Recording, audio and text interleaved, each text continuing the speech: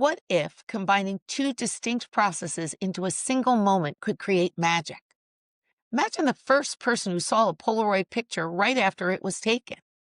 When you hold a Polaroid, you're not just holding a photograph. You're holding the proof that invention can come from uniting what was once separate, and that creativity sometimes happens when we imagine what if two distinct processes finally meet. Because that's exactly what Edwin Land did.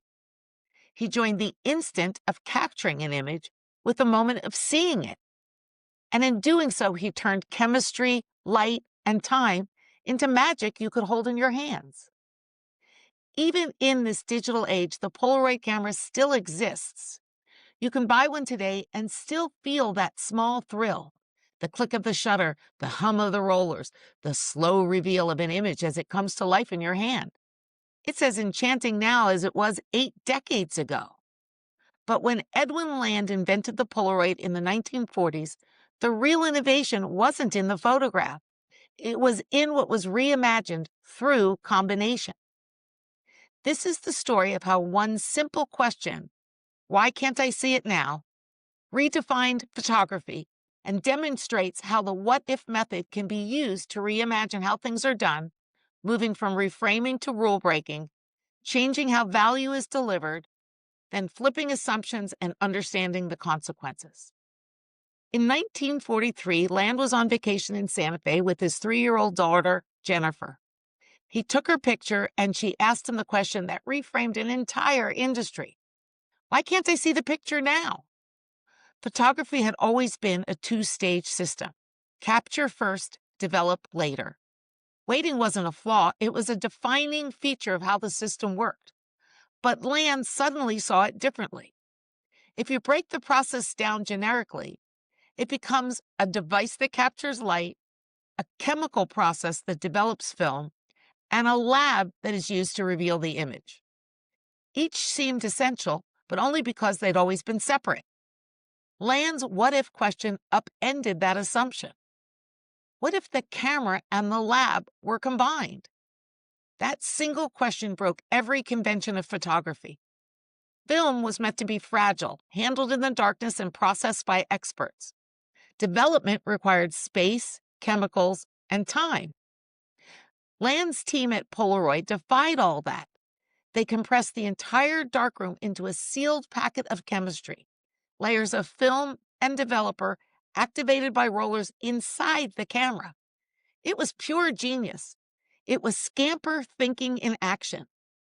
They combined the camera and lab, they modified the film to carry its own chemistry, and they eliminated the need for external development entirely. They didn't speed up the old system, they collapsed it. Before Polaroid, the value of photography lay in the finished product, a print returned days later by someone else. Polaroid changed when and how the valuable moment was delivered and by whom, and subsequently created the magic of seeing an image reveal itself in real time. The company wasn't selling photographs anymore. It was selling immediacy, agency, and trust. You didn't send your film away and hope for the best. You created and witnessed the result yourself. I remember as a child standing at the base of the Washington Monument when my dad took a Polaroid of us all, and then we gathered around watching the image magically appear. That shift from product to participation was the moment when photography became less about the picture and more about the experience. Traditional photography prized perfection. It prized clarity, reproducibility, and permanence. Land inverted that logic. He asked, what if the goal isn't technical perfection, but instant connection? The joy of the photograph was no longer in archiving a moment, it was in watching it emerge. By flipping the assumption that speed cheapened quality, Land proved that immediacy could be its own form of beauty. The consequences rippled through technology and culture alike. Behaviorally, photography became participatory. Taking a photo was no longer documentation, it was performance. People passed the image around, watching it develop together.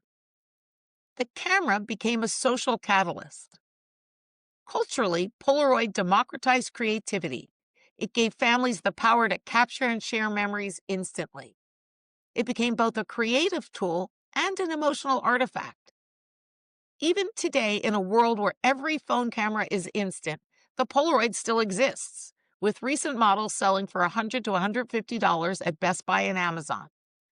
Reviews indicate that customers appreciate the classic retro look of the photos and find the camera to be fun and an enjoyable experience. They say the images produced, while not high quality, evoke a nostalgic feel, reminiscent of older Polaroid cameras. Land's invention wasn't just about speed, it was about the experience of capturing a memory.